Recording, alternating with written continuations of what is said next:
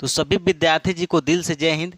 तो आज हम समझेंगे गोलीय दर्पणों की वक्रता त्रिज्या व फोकस दूरी में संबंध, यानी गोलीय दर्पण का जो वक्रता त्रिज्या है और जो फोकस दूरी है इसमें क्या संबंध है इसको समझेंगे। ठीक है, इसमें हम फोकस दूरी बराबर समझेंगे, फिर से दर्पण का सूत्र समझेंगे, ठीक है, प्रतिबिंब की दूरी समझेंगे। ठीक है, तो चलिए इसको हम एक एक करके समझते हैं। ठीक है, इसके पिछले वाले वीडियो में हम आपको उत्तल दर्पण के द्वारा प्रतिबिंब का बनना हम बता दिए हैं। पहले जा करके उस वीडियो को देखिए, फिर इसको देखेंगे तब आपको एकदम अच्छे से समझ में आएगा। ठीक है, और आपको सेम ऐसे ही सुंदर सुंदर नोट्स बनाना है। ठीक है, क्योंकि आपके लिए मैं इतना मेहनत कर रहा हूँ, इतना सजा करके आपके लिए नोट्स बना रहा हूँ। ठीक है, तो आप भी सेम ऐसे ही नोट्स बनाइएगा। ठीक है, तो चलिए इसको समझते हैं।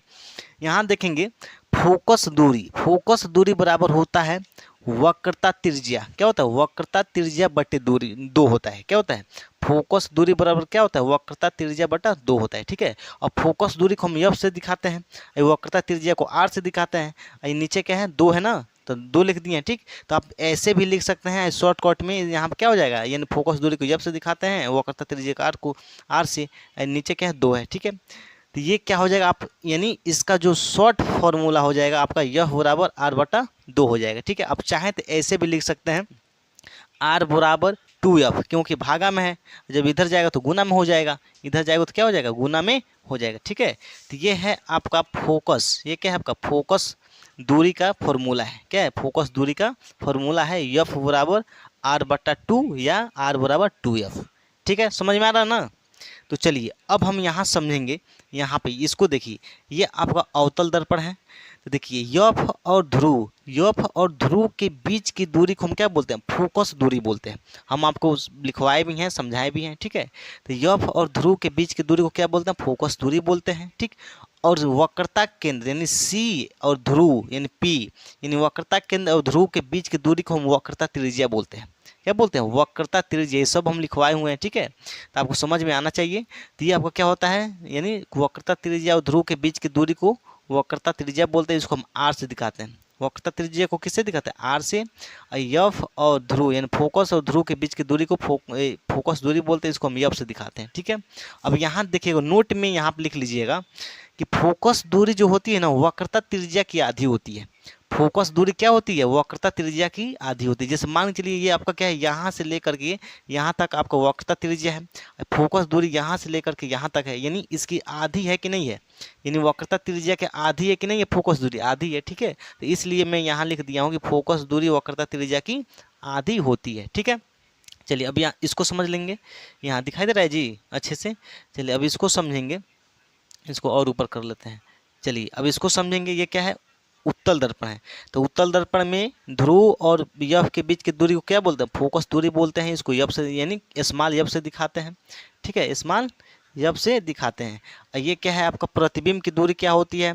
ये जैसे मान चलिए आपका प्रतिबिंब बना है। क्या बना है? प्रतिबिंब है ना, तो ध्रुव और यफ ये यानी प्रतिबिंब कहाँ बना है? यहाँ बना है ना, तो ध्रुव और प्रतिबिंब के बीच की दूरी को हम बोलते हैं प्रतिबिंब की दूरी। क्या होता है? प्रतिबिंब की दूरी, यानी प्रतिबिंब कहाँ बन रहा है, उसका कितना दूरी पर बन रही है, तो इसी को बोलते हैं प्रतिबिंब की दूरी। ठीक है, तो चलिए अब यहाँ देखेंगे दर्पण का सूत्र समझिए। यहाँ दर्पण का सूत्र क्या होता है अच्छे से समझिए इसको, क्योंकि ये दर्पण का सूत्र आपके लिए बहुत मोस्ट इंपॉर्टेंट है फॉर एग्जाम के लिए। ठीक है, क्योंकि एग्जाम की दृष्टि से बहुत इंपॉर्टेंट है फोकस यानी दर्पण का सूत्र।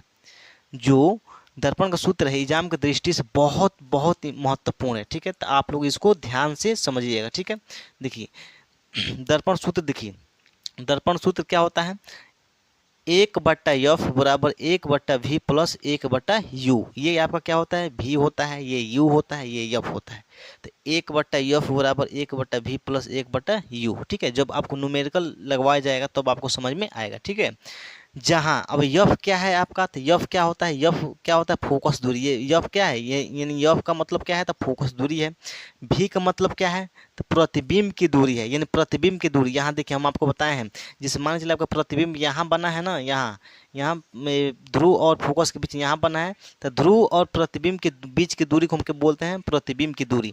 तो भी से हम क्या दिखाते हैं? प्रतिबिंब की दूरी दिखाते हैं। और यफ से क्या दिखाते हैं? फोकस दूरी दिखाते हैं। यू से क्या दिखाते हैं? वस्तु की दूरी दिखाते हैं, वस्तु की दूरी। जैसे मान चलिए ये आपका क्या है? वस्तु है। क्या है? वस्तु है। ये आपका क्या है जी? वस्तु है। तो ये क्या है? इसके बीच की दूरी ये क्या है? यानी ध्रुव और वस्तु के बीच की दूरी को हम क्या बोलते हैं, वस्तु की दूरी बोलते हैं। यह क्या हो जाएगा, वस्तु की दूरी, वस्तु की दूरी है, वस्तु की दूरी। ठीक है, समझ में आ गया।